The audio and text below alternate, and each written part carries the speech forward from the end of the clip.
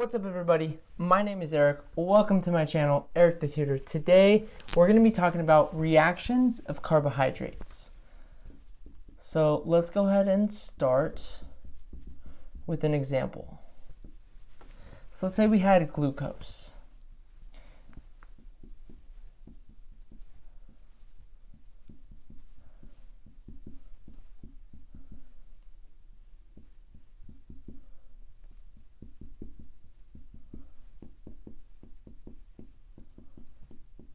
And we're going to react glucose with a strong base such as NaOH in water. Now, what do you think is going to happen? Well, this strong OH here, this strong O- charge, can actually grab our alpha hydrogen, and we know that's very acidic, so we know it's very reactive. So we're going to grab that. Now, I'm going to only show the carbons that are relevant to the reaction. So we know that all of the carbons down here, the stereocenters are going to stay the same. Now when I draw this minus charge forms. We have the OH here. These stereocenters, like everything else, stayed the same, and we can draw a resonance structure. So let's go ahead and draw a resonance structure. So we know this bond is gone. Here's a new double bond, and this O- was pushed up. So what do you think happens next? Well, when this OH grabbed this H2O, this H, we formed H2O. Great. So when this O- comes down, this double bond can go grab an H. Now we can get one of two things. We can get reformation of this aldehyde with the hydrogen on the left and the OH on the right, and all the other stereochems are the same. But we know this is the same as our starting product, starting reactant. So that's not going to give us anything new. But because this is sp2 hybridized, we know that the hydrogen can go on either side of this carbon bond. So let's go ahead and write or.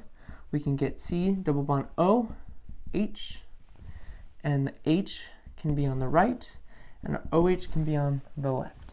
So we know this is an R configuration, and this is a S configuration. So at C2, what do you think we get? These are diastereomers. Specifically, when we have exactly one chiral center changing, this is known as an epimer. So these are epimers to each other. So this is our second possibility. Another possibility that could have arisen, we could have expected a rearrangement. Now, what do you guys think a rearrangement is going to do? Well, let's go ahead and start with our reactant. So here's our glucose. Before anything happened, here's our alpha acidic hydrogen once more, and here's our OH. Now let's go ahead and react it with OR-, just to switch it up a little bit. So the same thing happens here. We're going to grab that alpha acidic hydrogen. Let's go ahead and draw our two structures. We can have resonance here. So here's our O-. The O- can get pushed up. Here's our resonance structure. Here's our OH. Now we have a new double bond with an O- up here and an H. Well, what could happen, instead of this O- coming down, this O- can actually go grab an H from the newly formed HOR. So here's that HOR, and here it is right here. So when we do that, let's go ahead and see what we get. We get an enol. So here's our OH, right? And we look just like this. Here we go. So here's our enol formation. Well, when this happened, we also formed an OR-. So what do you think the OR- is going to do? The OR- can come by, grab a hydrogen and kick on the lone pair onto this oxygen. So let's go ahead and see what we get.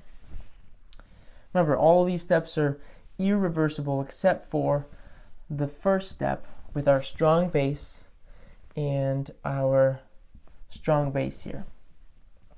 So this OR grabs this hydrogen. Let's go ahead and see what we get. So now we have an O minus on this carbon. We still have our enol.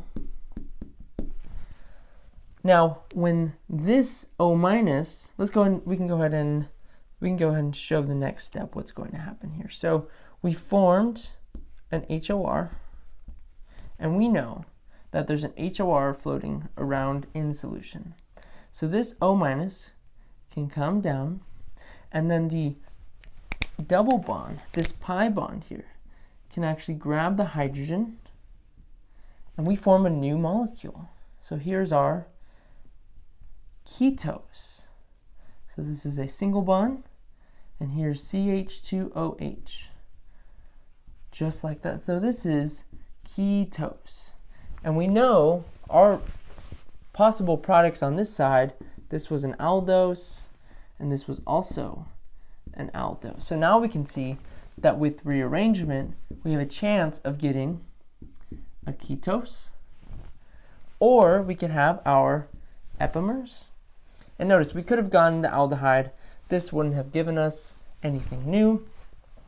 Here as well, this OR minus here could have grabbed this hydrogen. But again, that would have formed an aldehyde. That would have formed an aldose, and it wouldn't have given us anything new. So we know we can go ahead and cross that off. So those are 3 possibilities. We could get an epimer, we can get the same thing, or we can get a ketose. So I'll go ahead and do more reactions in the following videos. Thanks, guys.